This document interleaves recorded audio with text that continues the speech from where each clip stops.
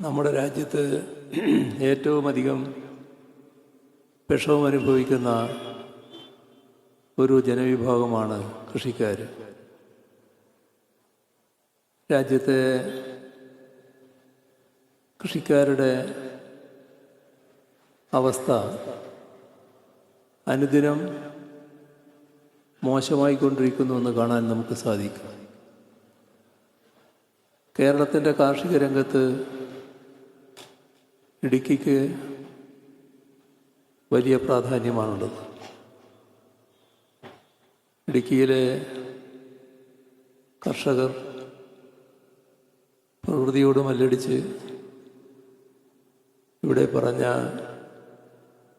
വന്യമൃഗ ആക്രമണങ്ങളടക്കം നേരിട്ട് നമ്മുടെ നാടിന് അഭിമാനകരമായ രീതിയിൽ കാർഷിക വൃത്തി അഭിവൃദ്ധിപ്പെടുത്തി കൊണ്ടുവന്നതാണ്. ശക്തമായ ഇടപെടലിലൂടെയാണ് കാർഷിക രംഗം തന്നെ പൊതുവെ ഇവിടെ മെച്ചപ്പെട്ടു വന്നത്. അതുകൊണ്ട് തന്നെ കാർഷിക മേഖലയുമായി ബന്ധപ്പെട്ട ഒട്ടേറെ പ്രശ്നങ്ങൾ സ്വാഭാവികമായും ഈ സമ്മേളനം ചർച്ച ചെയ്തിട്ടുണ്ടാകും. ഇവിടെ തന്നെ ഒരുപാട് വിഷയങ്ങൾ ചർച്ച ചെയ്യാനുണ്ട് എന്നുള്ളതുകൊണ്ട് ആ വിഷയങ്ങളും എങ്ങനെ കർഷകർ പാപ്പരീകരിക്കപ്പെടുന്നു എന്ന കാര്യവും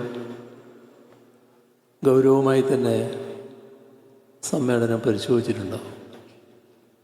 നമ്മുടെ രാജ്യത്തെ കർഷകരുടെ പ്രക്ഷോഭം, കർഷകരുടെ പ്രശ്നങ്ങൾ പരിഹരിക്കുന്നതിന് ഫലപ്രദമായി നേതൃത്വം കൊടുക്കുന്ന സംഘടനയാണ് അഖിലേന്ത്യാ കിസാൻ സഭ. അതിൻ്റെ ഭാഗമായി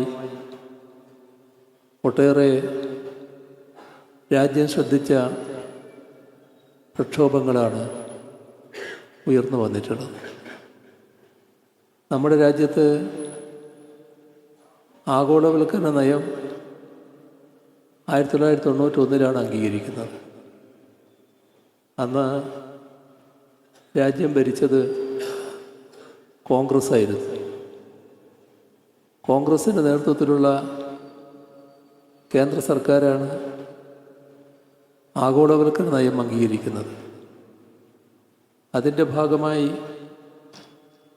നടപ്പാക്കപ്പെട്ട നവ ഉദാരവൽക്കരണ നയം, അതിൻ്റെ ഏറ്റവും വലിയ പ്രത്യേകത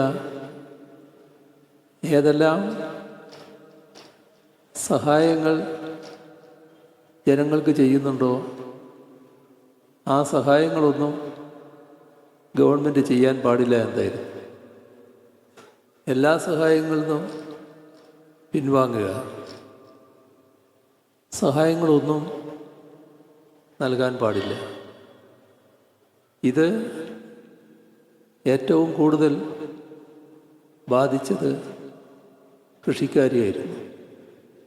കൃഷിക്കാർ ഉപയോഗിക്കുന്ന വളം, ആ വളത്തിന് നേരത്തെ സബ്സിഡി ഉണ്ടായിരുന്നു. ആ സബ്സിഡി വലിയ തോതിൽ വെട്ടിക്കുറക്കുന്ന അവസ്ഥയുണ്ടായി. ഫലത്തിൽ സബ്സിഡി ഒഴിവാക്കുക എന്നതാണ് കേന്ദ്ര ഗവൺമെൻറ് നയം.